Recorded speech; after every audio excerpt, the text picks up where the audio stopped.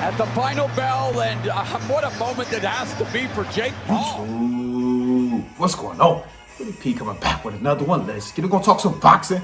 You know, I gotta give my reaction to Jake Paul, Mike Tyson boxing match. I gave my final thoughts and my breakdown to it. You know, the day of the fight, day of the bout, and Jake Paul, he's pissing him off. He's pissing him off because this couldn't be any more evident that this was a straight money grab, and he's pissed some real boxers off. Carl Froch, he say I beat Jake Paul with one arm. Pissed Tank off. Tank say I knocked Jake Paul out. Artur better be the undisputed light heavyweight champion. Say, you want a piece of me? They all see that money bag. They all see that bag, and he pissed some real boxers off. But Mike Tyson, I said after the first 2 rounds, he wouldn't have anything left, and he barely had anything in the first 2 rounds. But let's be real, Mike Tyson pushes 60. So for a guy to go in there and be able to move and groove and move around like that, that's still a win in itself. But Mike Tyson barely threw any punches, if we want to be real. And I thought in the first 2 rounds, he would have a chance if he was going to do anything against Jake Paul. It would have to be in the first 2 rounds. But Mike Tyson, he didn't have that pop. He didn't have that bounce like I thought he would, or even like he did against Roy Jones a few years back. 4 years makes a difference because Mike Tyson did not have that bounce and that pop like I thought he would. Not even in the first 2 rounds. You know, he came forward, he was throwing some punches, but he wasn't as, active as I thought he would be. And Jake Paul, he still had that, fear factor because Paulie Malignaggi made a great point. Jake Paul was not sitting down on his punches. He's more so like tagging Mike Tyson because maybe he was afraid of what could come in return. But he was not sitting down on his punches. He wasn't like in his previous fights, I'd say. Previous fights, you saw him starting to get better, really sit down on his punches, saw some different combinations. He didn't throw any combinations and he didn't sit down on any punches, and he said he was, sparing Mike, because, Mike is, up there in age, but he never showed that he could hurt Mike, or Mike didn't show that he was on wobbly legs at some point. Mike was pretty sturdy.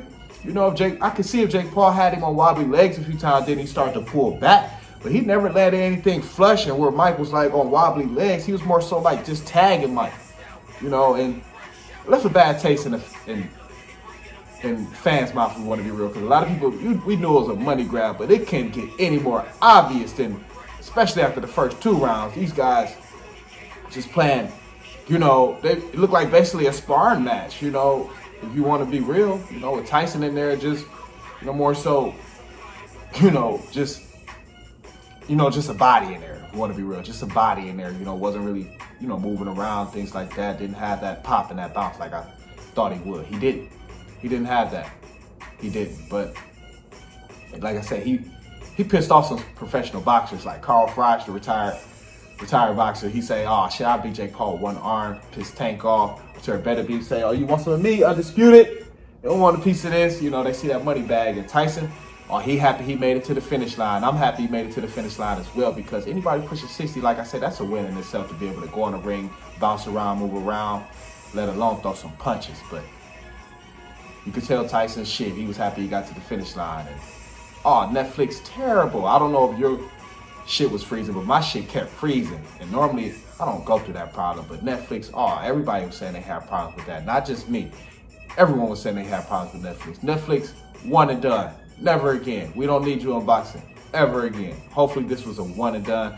I think this was all with Jake Paul and his dealings. That's why this was on Netflix and things like that. But never again, Netflix. Never again. And had some controversy on the undercard. Amanda Serrano, Mario Barrios had a good fight against Abel Ramos, So had some good fights on the undercard as well. But Jake Paul, pissing him off. He pissing him off. He, got him saying, hey, I could beat you, I could beat that, this and that. They want that money bag, Jake Paul. But see, who next for Jake Paul? Who would y'all like to see him fight next? I don't think he could be the real boxer.